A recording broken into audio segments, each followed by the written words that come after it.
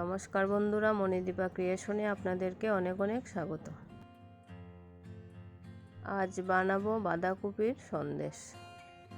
সঙ্গে থাকুন, ভিডিওটি শেষ পর্যন্ত দেখুন। যদি ভালো লাগে আমার চ্যানেলটি সাবস্ক্রাইব করে দেবেন প্লিজ। প্রথমে নিলাম একটা বাঁধাকপি।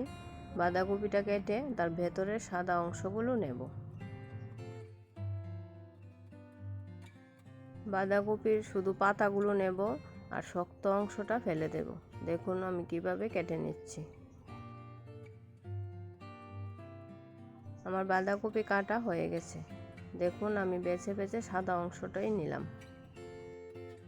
হালকা হালকা একটু সবুজ আছে, দেখে দেখে কিছু ফেলে দেব। এখন বসিয়ে দিলাম পাতাগুলো সিদ্ধ করার জন্য।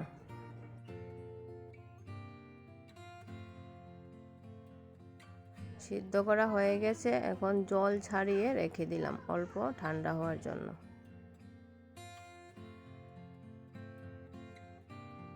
হালকা ঠান্ডা হয়ে গেছে, এখন হাত দিয়ে চিপে চিপে জলগুলো ফেলে দেব।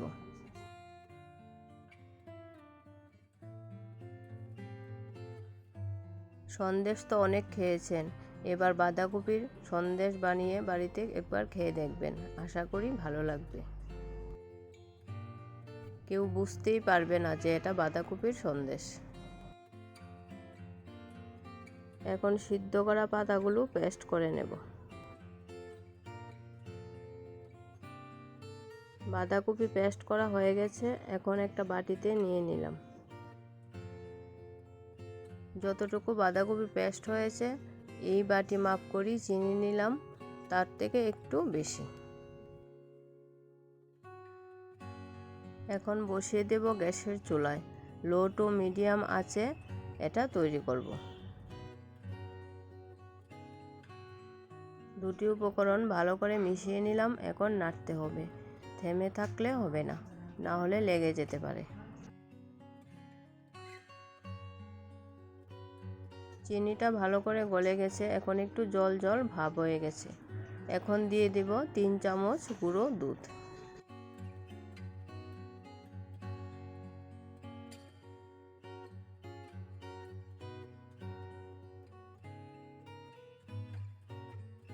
গুঁড়ো দুধটাকে ভালো করে মিশিয়ে নেব।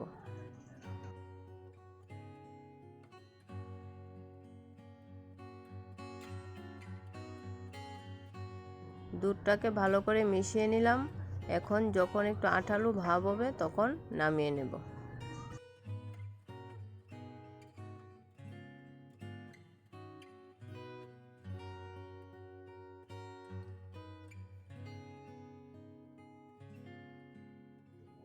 একটা আঠালো আঠালো ভাব চলে এসেছে, এখন গ্যাসটা অফ করে দেব। এখন মিশ্রণটাকে ভালো করে নেড়ে নেড়ে ঠান্ডা করে নেব।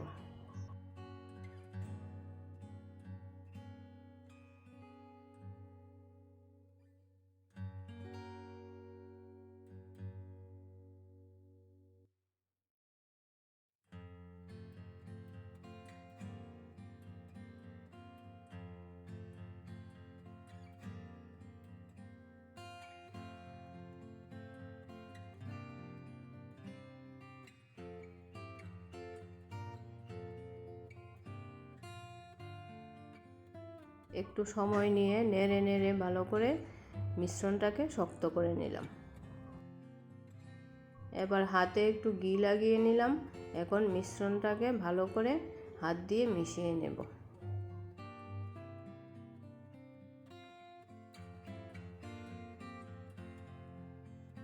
ভালো করে মেখে একটা সফট ডো তৈরি করে নিলাম।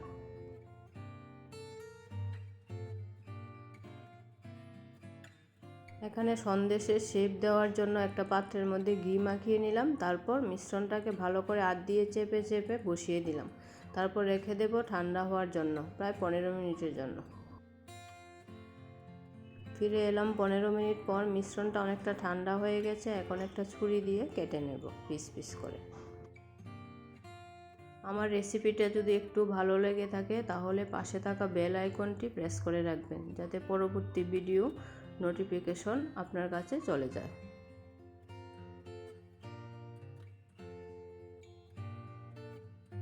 কেউ দেখলে এটা বলবে না যে এটা বাঁধাকপির সন্দেশ, সবাই বলবে যে ছানা দিয়ে সন্দেশটা তৈরি করা হয়েছে।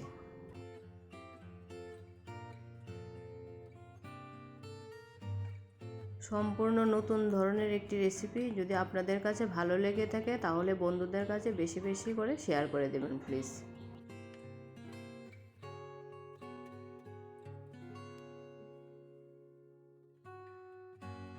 এখন পিস পিস করে কেটে নেব।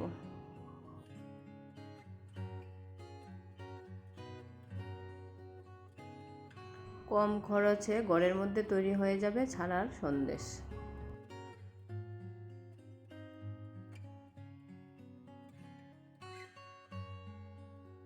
বাঁধাকপির সন্দেশটাকে একটু চেরি দিয়ে সাজিয়ে দিলাম, আপনারা চাইলে অন্য কিছুও দিতে পারেন।